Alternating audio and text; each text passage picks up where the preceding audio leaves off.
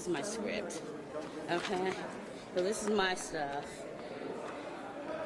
I'll invite the women to come up to recite their poem.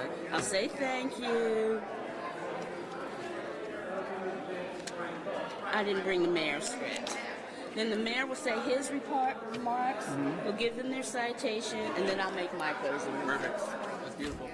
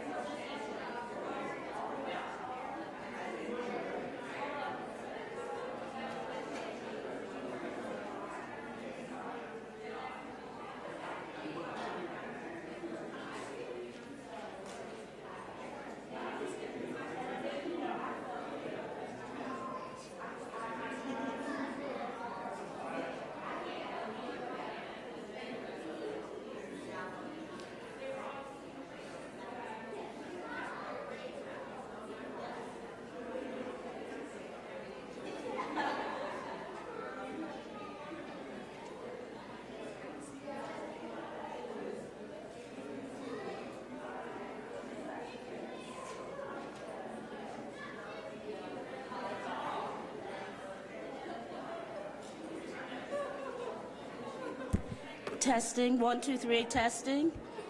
Are we okay with audio? Are we okay with the audio?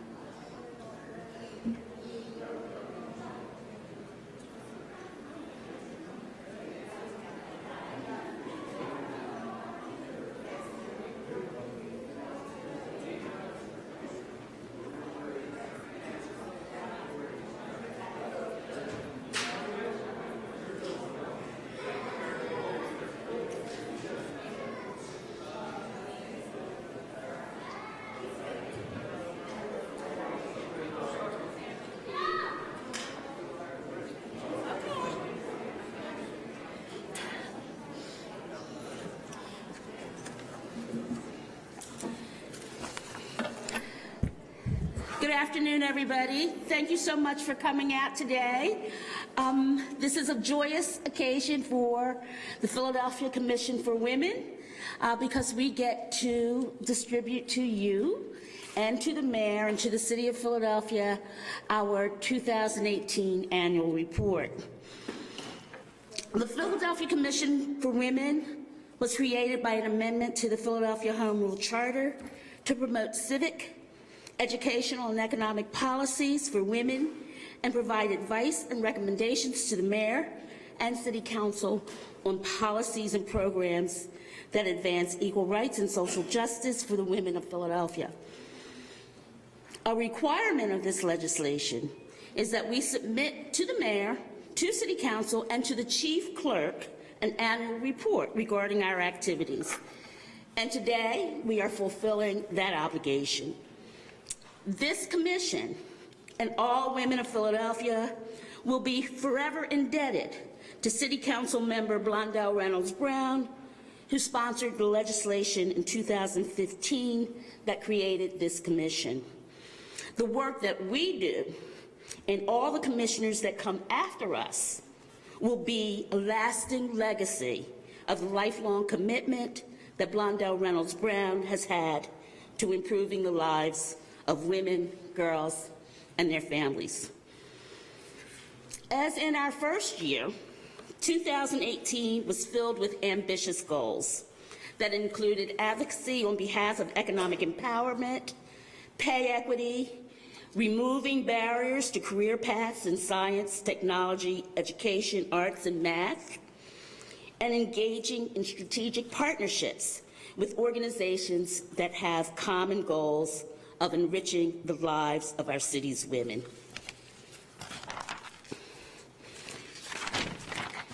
We were always cognizant that in a city such as ours, we must prioritize serving the most vulnerable.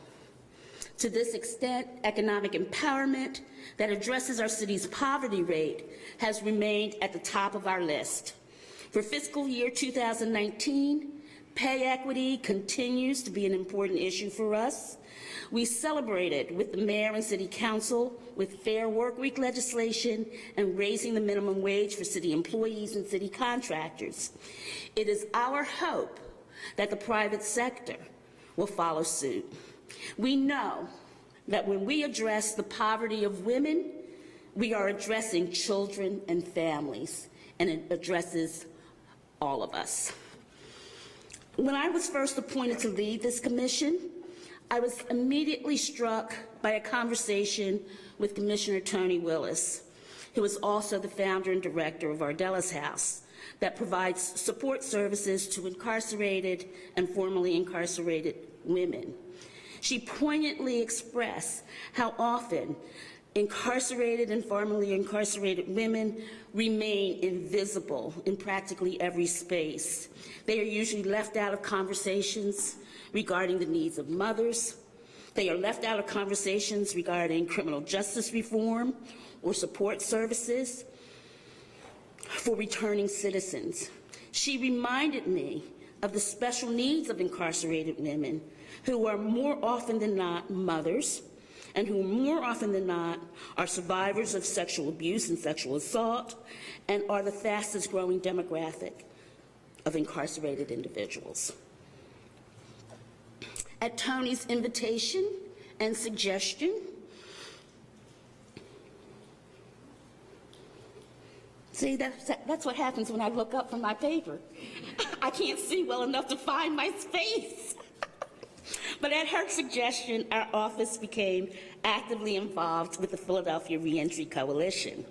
We were happy to have linked their first report on women in reentry on our webpage alongside our 2017 State of Women and Girls of Philadelphia. Both documents are still available online.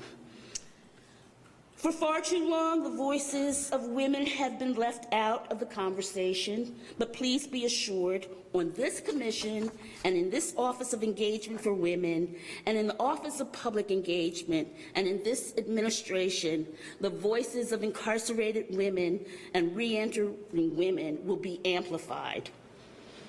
Along with an article on human trafficking in Philadelphia, a highlight of our report is an article written by formerly incarcerated women of the People's Paper Co-op. Yeah. This article is extremely important because it is a prime example of what participatory stakeholder engagement looks like. It is also what we in the Office of Engagement for Women strive to model in all of our public engagements. This is a prescription for human-centered public engagement that informs, consults, involves, collaborates, and ultimately empowers. So, at this point, may I present the empowering voices of the women of the People's Paper Co-op, who will recite their poem that is excerpted in our report. Would you join me and welcome the women of the People's Paper Co-op?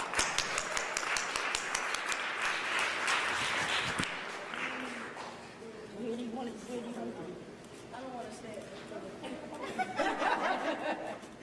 right, let's stand over here, guys. All right. Put me in front of the podium. Good afternoon, everybody. Okay, 1, 2, 3. We the women. We the women are powerful. We the women are wild. We the women are fierce. We the women are unstoppable, you dig? We are masterpieces, the core of the family, the backbone of the world. We are what our communities need. We the women are queen bees. So when you lock us up, you lock away the hope of the whole community, the whole family. You lock up survivors, providers, nurturers, grandmoms, mothers, sisters, daughters, and wives, the heart of our families. You take away our chance to thrive, our ability to nurture our loved ones, time to talk with our children about their dreams and nightmares, our power to show compassion and give support. Because I was incarcerated, I wasn't there to give my mother the encouragement and support she needed while going through chemo, to stand up for my family, to help raise my offering, to take my little cousin to school. To be in the audience when my daughter got her master's degree and to let her know how proud of her I was. To ask my children about their day and help with their lives and homework. To voice my opinion, to help other women see their strength, to make my community grow. I stand up for women because we believe if you heal women, you heal the nation. Because we are the bricks to build our own foundation. And we know how it feels to be held down and need help up. Because if we don't, who will? Because when we come together in unity, we can move mountains. We can prove our worth. We have the power to stay strong no matter what. We can show that we have what it takes to succeed because we matter. We are the heart of the family unit, and without our queens, there is no honey. Because the struggle is real, but we can do this together. Because we need love. We deserve quality. Just like you.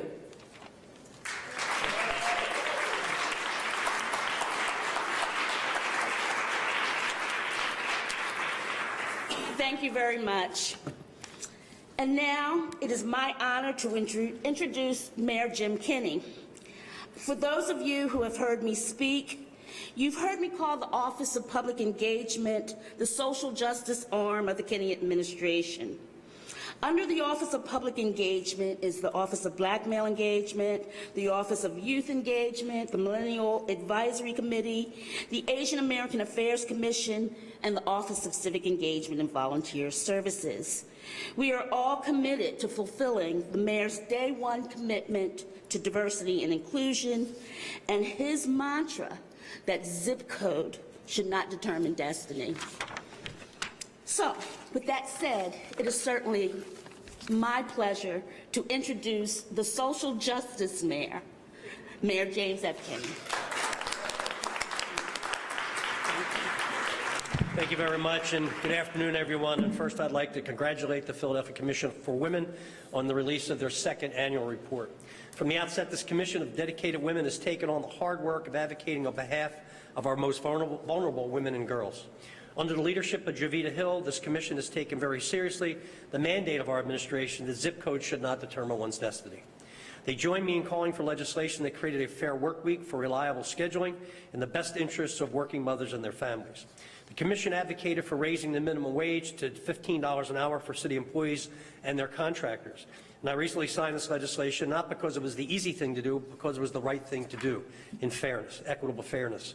The Commission for Women was also instrumental in strengthening and updating the city's sexual harassment prevention policy. What has made this commission so effective has been its ability to establish strategic partnerships for policy and for advocacy. This report is a prime example.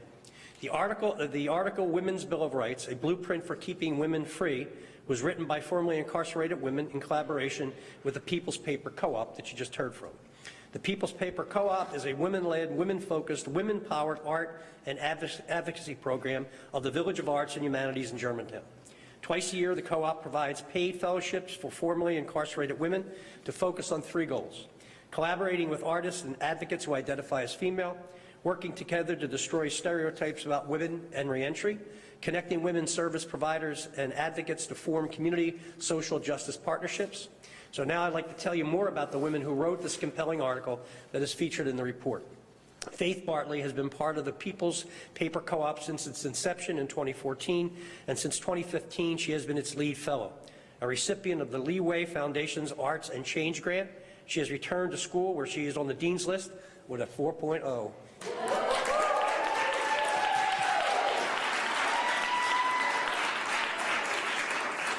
Latira Blake is a daughter, friend, teacher, advocate, advisor, leader, and amazing mother of 4 boys.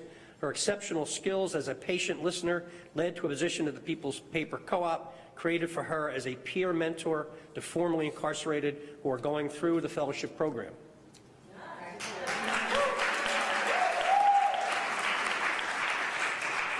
Nikki Lee Smith is the youngest woman to participate in the People's Paper Co-op Fellowship. Just 2 weeks after being released from Riverside Correctional Facility, she joined the program. 3 months later, she was back at Riverside to greet the women being released through a partnership with the Philadelphia Community Bail Fund.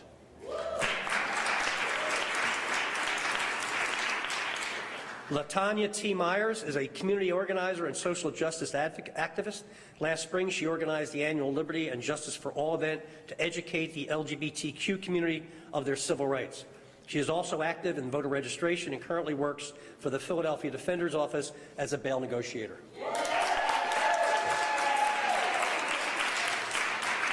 Last but not least, Teresa Saunders is a single parent to an exceptional daughter and a college graduate. Following her release from Danbury Prison Camp, she landed in Philadelphia and entered the Institute for Community Justice, which is the reentry program of Philadelphia Fight. Today she is an independent contractor who does reentry outreach work.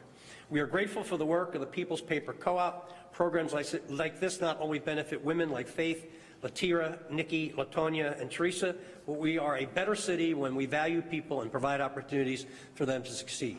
As a token of our appreciation for the work you do, I would like for Faith, Latira, Nikki, and LaTonya, and Teresa to come up and receive citations from the city.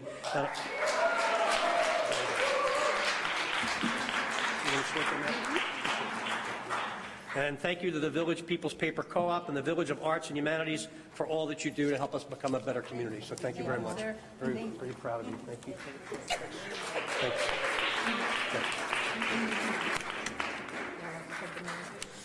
Thank you so much. Thank you. And you do an excellent job. Doing my best. So thank you. Okay. Oh, okay. Photo op.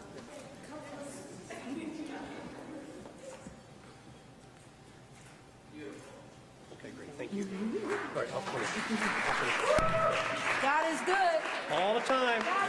All the time. Are there any questions on the Women's Commission report? Okay. Anything else you want to talk about? Yes. Now that you've had a sense, to at least get a sense of the gravity of the indictment against John Dougherty and Councilman Bobby Henon, can we get your reaction? Well, I'm sad. I'm sad, and I feel badly for everyone involved. And obviously, the document is lengthy and very detailed, and there's some very concerning things in there. And I'm sure this process will work its way through, and we'll find a conclusion to it. But I felt badly about it. Will you continue to accept his campaign donations and support? He announced to his membership last night that his top priority is to get you reelected. Campaign contributions don't come from him. It comes from their members, and their members are supported by me, and they support me, and I support them, and trying to get development projects done so people can go to work. The building trades is not just the electricians union. It is a union. It's a organization made up of many different unions, as many as 30, and they're all supporters, and along with the service sector unions that support me, AFSCME, SEIU, the teachers. I'm a union mayor, and I support union activities and union work, and their members are have a right to support a candidate for mayor that they want. So you will continue to accept their support? Yes, and all the building trades, yes. Could you one at a time, please? I know you're sort of... The document makes clear from the intercepting conversation that before the 2015 primary election for mayor, that John Dougherty and Councilman Bobby Henon discussed using a soda tax to punish the Teamsters and the carpenters for commercials they felt unfairly portrayed John Dougherty. Bobby Henon then introduced that legislation, and it's been your signature achievement in your first term. Now it looks like your signature achievement was a revenge plot. No, I wouldn't care. It may have been a revenge plot on Local 98, but it wasn't to do with me because I wasn't even in office, in council, or I was running for mayor in 2015. The idea of the soda tax first came up in a meeting I had with Rob Dubois and Anna Adams relative to how to pay for pre-K and community schools and for our rebuild project. So I had no discussions about the soda tax with John Dougherty when we sent the bill up to the fourth floor to be introduced. Was that meeting after you were elected mayor, or was it? It's after right when I just started. So you never talked to John Dougherty about soda? Not about a soda tax. No. Honest to God, it was Rob Dubois' idea, and I was somewhat skeptical we could get it passed. So I said to them sitting at the table, how will we pay for this? These things that we've promised we're going to do. And Rob said, well, we're going to trot out the soda tax. And I said, oh, not that again, because it had happened twice. And they convinced me that we could do it. And we drafted the legislation, and we sent the legislation up to the fourth floor, and they introduced it and passed it. And it's been successful ever since. Mr. Mayor, Go hold it. She was next. I think she was next. Did you ever feel pressure from John Dougherty to take any official positions or action? No. Never. And you also said this morning when we talked that it was up to Councilman Henon Yes. whether or not to resign. Now we know a little bit more about what he is accused of. Do you feel that way? Do you feel he should stand up? I think that he should do what's best for his constituents. Do you think he should remain? That's his choice to make based on how it affects his district and how it affects his constituents. That's his decision. This law that you said Sheriff Yeah. Joe Williams should resign. Right. He's accused of sexual harassment. No, it was founded complaints by the Labor Department on the sexual harassment claims. Correct. And a settlement prior to that in the State House with another woman who was accused. So there was more of a body of evidence. And with Seth Williams, I didn't think the chief law enforcement officer in the city should be under indictment. I have two questions. More specifically on the issue of fundraising, there's a fundraiser Yeah. tomorrow night.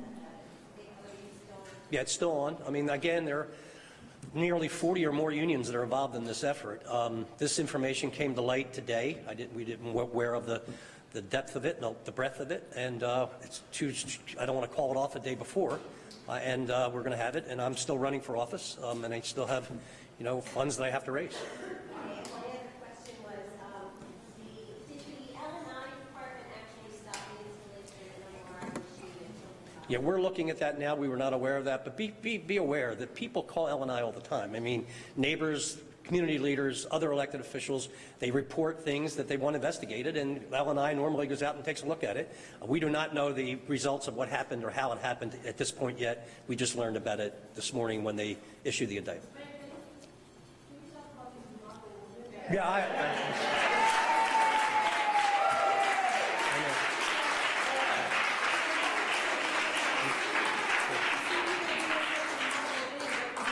No, yeah. Welcome to my world. Yes, I'm sorry. Who?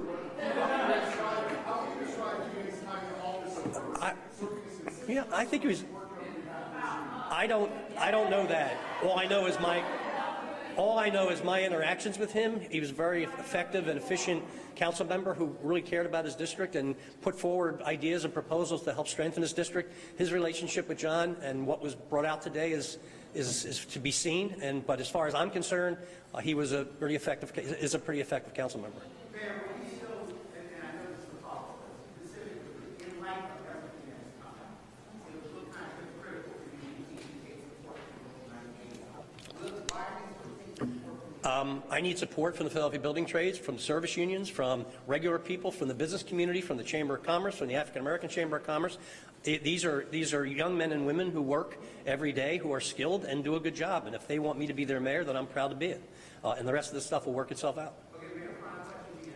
No such. I know you're not telling the truth when you say final question.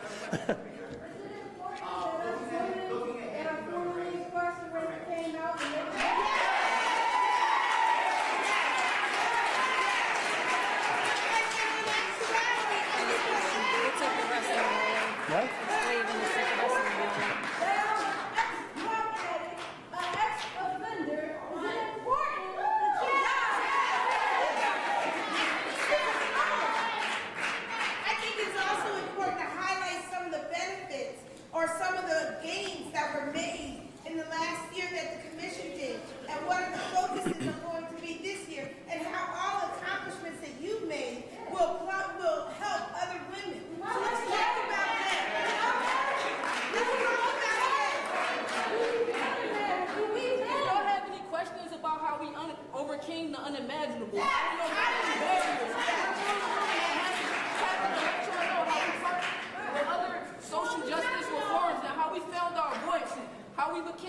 found our passion through our pain, and how we overcame barriers and adversities that was thrown at us.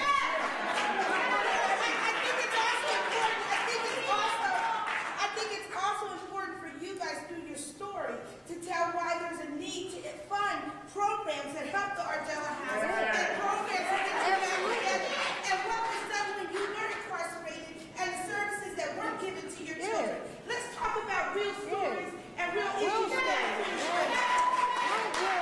We trying to break it down, like the housing situation, you know? We still can't get a house because I got a criminal. Nobody has any questions for Can't that. get nowhere. Me and Tanya Myers, once that was called incorrigible, is now a proud employee of the Defenders Association, working on pre-entry, not re-entry, being proactive when it comes to arrest, helping individuals address the solutions that's happened. But thank you so much. Pre-entry instead of re-entry. Okay, are there any questions for these women? Well, then I have some closing remarks about our commission. First of all, I appreciate those of you who came today to find out about the Philadelphia Commission for Women and our annual report. We are also fortunate to have commissioners here who are advocates and policy professionals